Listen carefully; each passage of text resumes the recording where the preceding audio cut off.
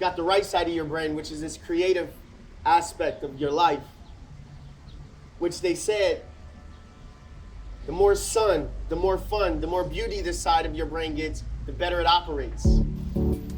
No matter the access that some people have, they only want to do what they're good at. And I said, whoa, okay. And then I learned on this side, I'm so set in my ways, I don't want to try new things. Caught your shot happened. So you know what I said? Okay, I'm going to perfect me. Because if I'm me, and I learn how to master me, I'm me no matter where I go. So I knew I had to get rid of my old self so my new self could live. How crazy is that in life that you can be something at heart, but because of the outside world, you assume that you're this. I'm trying to tell you, as creatives, as entrepreneurs, as people having battle within yourself, at the end of that battle is a beautiful version of yourself that the world needs to see. First and foremost, it's such an honor to be in front of you. When I tell you time is so precious and just for you to give me a little bit of yours, I appreciate it so much. So I'm Howard Washington, but you can call me H. What I need everyone to do is take 2 fingers and go like this, right at me, okay? Thank you, hands down. It's the dualities of me, and also that's peace, okay? So I'm Howard Washington, but I'm also H. I'm from Akron, Ohio. Anybody from Akron here? Hey, let's get it. I'm from Akron, Ohio, and when I talk about the dualities of myself, I'm gonna talk about the love, the hate, the battles, the wars, and I'm what all those battles, I'm the result of all of that. Come from Akron, Ohio, grew up in the inner city, but also my parents moved me to a place on the north side of Akron called Dayton Street, which if I went out my front door, I would go into suburban Akron. I went out my back door, went into the hood, if you really want to call it that. Inner city. So me being funny, I said I lived in the herbs. Right? So that's your first form of duality. I see both. I played basketball. No, I don't think that has any type of color, but it has a stigma to it. So I played basketball and I played baseball. You guys see it? Yeah. Are you guys starting to see it? So, before I go further, this is Rose Lisak. Can you guys clap it up for her? This is Marquise Williams. Can you guys clap it up for her? Can you guys step forward? I need you to hold up 2 again. How many people do you see? Oh, you guys got it. 2 people, right? Yeah. Well, 3, including me, right? But you see 2. Hold up 2 again. 2 styles of dance you're going to see. Hip hop, contemporary. Okay? Hold up 2 again. It's the right side of my brain. It's the left side of my brain. Hold up 2 again. Inner city, suburban. Okay? So what you're going to see is something so organic, and you're going to see them move. They're going to move to everything that I'm going to say. It's not choreographed, but hold up 2 again. You're like, my damn arm hurts. Hands down. I'm going to cover the 2 types of learners, visual and auditory. So you're going to hear me talk, but also you're going to see them move. So, and I was right in the middle, and it was the herbs. I played baseball, and what else did I play? Basketball. Absolutely. Then I had 2 friends, 2 brothers, Adrian and Brandon.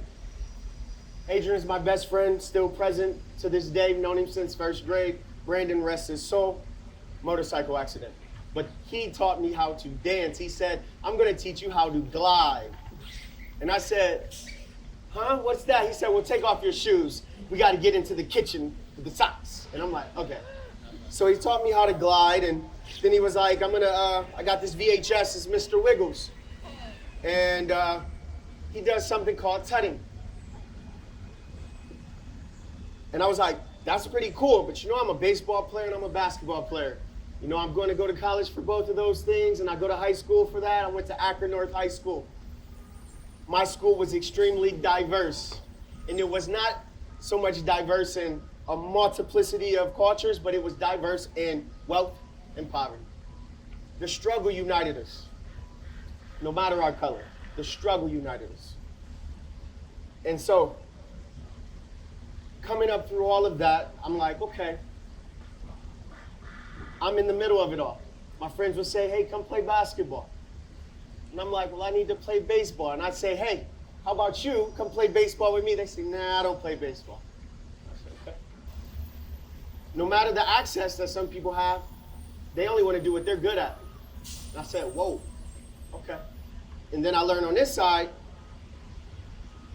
I'm so set in my ways, I don't want to try new things. I said, whoa, okay. So I figured out me in the middle. I'm willing to try new things. I'm willing to take risks. Wouldn't that sound like an entrepreneur to you? Yeah, I'm willing to take risks, and I'm willing to try new things. But this new, people up there, and this new venture that I'm looking at is called dance, street dance, you know. And I was young, of course I liked Michael and James Brown, and I did all that, but really I focused in on sports. Because coming where I'm from, that's how you're gonna make it out. Or you sell drugs. Didn't want to do that. So I played basketball. I was really good at that. I then moved on to Lake Erie College. I was recruited to Lake Erie College for baseball. And I said, you know what? I think I'm getting good at this stuff, so let me go to college. My father, he battled dualities as well. He's actually 17 years sober. Can we clap it up for him?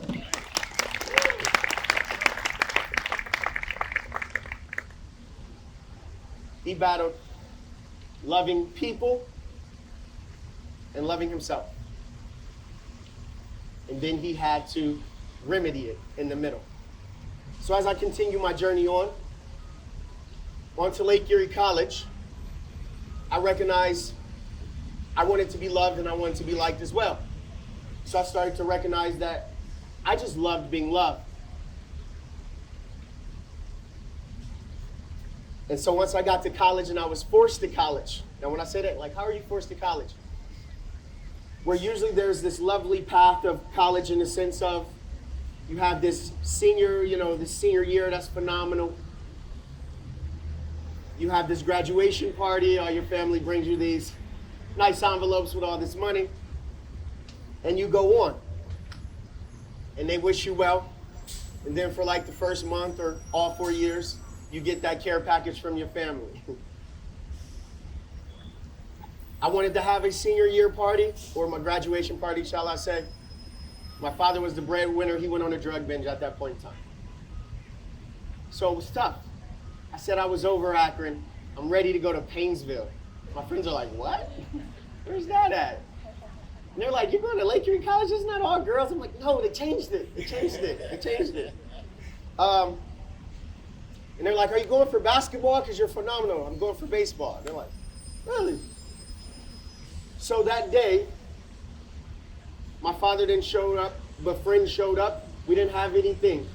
We didn't have no cake. We didn't have no ice cream. We didn't have anything. We had each other. So all my friends and all my family got all their canned goods together, got all their ramen noodles, and I left that day. I left that day, went to Lake Erie College. Didn't look back. I'm out of here. Now, granted, again, high school is great. 3.3 cumulative, that's pretty good, would you say, for an athlete? I was all city in sports, baseball and basketball. I tried cross country. I ended up being all city. My legs killed me. Can you guys tell I ran cross country? No, I'm joking. But once again, I started to battle two sides of me. So I was catching myself going to college, and once I got there, I still wanted to be in Akron. So it's like, I could not figure out how to make a commitment. So I knew I had to get rid of my old self so my new self could live. Yeah. So that's when Howard and H started to have these battles. So it's like, I had to learn that some friends, they want you to do good, but not better than them. I started to recognize sometimes your success make people reflect on themselves. So with that being said, I'm on my way to college and I'm there. I'm like, what the hell am I gonna do? I go into arts and design and I'm like, okay, this is what I'm gonna do. Nah, but there was a teen club in Akron called the Boot Scootin' Saloon that I used to go to. And I would dance the night away, and that saved me. And so that thing, remember that back in the day, they showed me how to glide, and again, I continue to do these little dance moves. I never thought it was going to take over or save my life. I thought sports was going to be it the whole time. Culture shock happened. So you know what I said? Okay, I'm going to perfect me. Because if I'm me, and I learn how to master me, I'm me no matter where I go. So I tried this rapping career too. So I said something. I said, college I got upset, and I'm so major than all of that. So I studied myself and became my own subject. It's pretty cool, yeah? It's pretty good. In present day, they say that's a bar. Okay? So even though I was waking up and embracing differences, doesn't mean everyone around me was. So I was different. So I started to catch myself not being accepted by rural and suburbia in college, nor the hood. I wasn't hood enough. They said, you know the color of your skin? I said, yeah, I've been living in it all my life. I think I do. So they're like, this is how you should act. I'm like, no, you're not going to tell me how I should act based off what I look. That's not it. Mm-mm. So they would walk past my dorm because, again, I was a dancer still at heart, and I didn't even know it. How crazy is that in life that you can be something at heart, but because of the outside world, you assume that you're this. So it's almost like an identity crisis. So you got to do some inner work and some reflection. Yeah, those bees are vicious today. I thought you were dancing with it. It's okay. So I started to just accept me, who I am, the differences. And so then I found Lisa Decato, Chris DiCello, Tim McCarthy, Sue Dreisler. None of them were my age. They were all older. Those were my friends in college. I had friends, but those were my mentors, friends. I mean, I caught myself hanging around with them because they had wisdom. I was in a safe place where I can figure out who I am and get some understanding. So I just started asking a bunch of questions and started to get around a lot of people. That's all I was doing. I was an explorer. I needed to figure out what was going on in this world and why were people so different? Why were they so separated? Why, when we went inside of the cafeteria, these people sat over here, these people sat over here, and I was right in the middle of it all. And they both lived in me. So I'm saying, okay, I asked these questions to older people. They had no answer. They said, you know what, Howard? Sometimes you just have to learn to let go and let people be them and pray and hope that they'll find peace within themselves. I said, wow. And so I took that mantra and said, I'll do that. My grandma passed away in 2004. I got pissed off. I was angry. Then I got kicked off the basketball team. Actually, I just didn't make the team. I thought I was going to make the team because when you go to college, or you go somewhere where there's amazing people, you're not the only amazing one there. So you got to go to your next level. Hence how my business is called Elevated, right? You got to go to the next level of your life. So I got sent home. So that setback was only a setup for me to go to the next level. I mean, I went home and it was push-ups, it was dancing, it was everything. I just wanted to upgrade myself.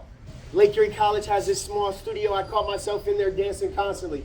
So I started to learn how to express myself because sometimes when I talk, because I couldn't figure out how to articulate myself accordingly, or I couldn't figure out how to express myself, so dance started to become my expression. I started to learn how to move, and that's when I went to my academic advisor and said, I want to be a dance major. She said, okay, Howard. They said, well, you know we don't have hip hop here. I said, huh? So what they did was they made me an individualized major where they started to reach out to everyone in Cleveland to try to circle around me to give me the best hip hop dance experience ever, and they did a good job with that. I met some awesome people. I learned how to dance, but my favorite genre that I started to respect was contemporary. Don't ask me about ballet. You don't want to see me in any type of ballet costume. You don't want to see that. But I started to love contemporary. It was such an expressional art form. There was beauty in it. The turns, the leaps, they're amazing.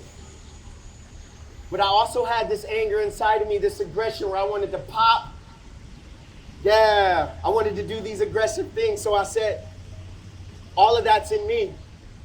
All of it's in me. So I said, what if there's a kid out there that wants to do both? They said, well, Howard, there's dance studios and whatnot. I said, okay, so let me dive more into the art. They said, but you know what? There's something called the starving artist, so why would you ever want to go into dance? Got the right side of your brain, which is this creative aspect of your life, which they said, the more sun, the more fun, the more beauty this side of your brain gets, the better it operates. Then it's this analytical side, like to hide, like to be tucked away somewhere, calculating, analyzing, very analytical. I said, I'm both. I'm a creative entrepreneur. So I started to coin it. I said, that's what I am. So basketball, I took what I learned out of there and started to apply it, which was drive, determination. Every time we ran, I wanted to be the first one finished. Anytime we needed an extra practice, I wanted to be the first one there. That was me. So I started to take everything I learned throughout my entire journey and started to put it into creative entrepreneurship. So what I did was I created a program called Hip PE, because what I recognize is in inner city Cleveland, sometimes the dancers struggle. Sometimes they struggle with inner city, for sure struggles with health, awareness, confidence, self-esteem, and just showing up to school ready to learn. And so Sue Dreisler put me with Tim McCarthy, and we started to create a program called Hip PE. Then I pitched it to ICANN schools. And I piloted for 6 months. And believe it or not, they said, Howard, we're going to give you, because we love you and we love what you do as a creative entrepreneur, we're going to give you a salary with full benefits.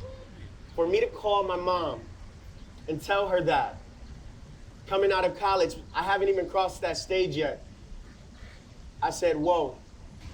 And then I had another decision come. All right, Howard, do you want to go join the Scream team with the Cavs because we see you? We think you're good. Or do you want to go into ICANN schools and work as a TA but also fulfill our PE requirements? I was torn because I love dance. I love expressing myself.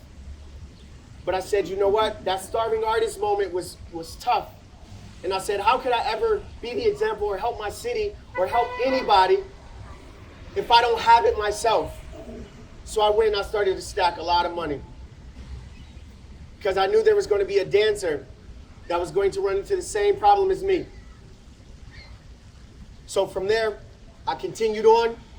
I started to work at Lakeshore Dance and Gymnastics while having my 1-bedroom apartment, and it was just awesome. I'm like, you guys got a hip hop program? They're like, nah. I said, I got you, I'll take care of it. So I started to work at a suburban dance studio. It was amazing. I did 10 years there, 10 years. I gave ICANN schools 9 years. But then I started to recognize there's another problem. What will the dancer do that wants to come out of college and doesn't want to go to LA? They want to stay home. So I created Elevated. I then blossomed, and I went to a whole nother level. I elevated my life, elevated my existence, elevated who I am as a person. And dance was just a vehicle for me to meet all of you, for me to meet so many other dancers, for me to meet them.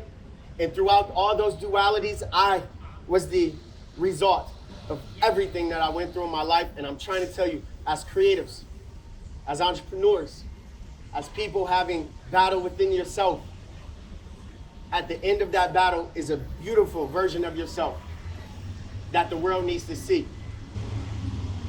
And with that being said, I thank you guys so much for having me. My name is Howard Washington.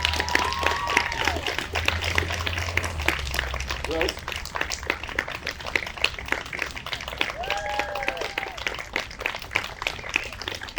Great talk. Thank you so much. Howard Washington, everybody. Howard, thank you so much for being here.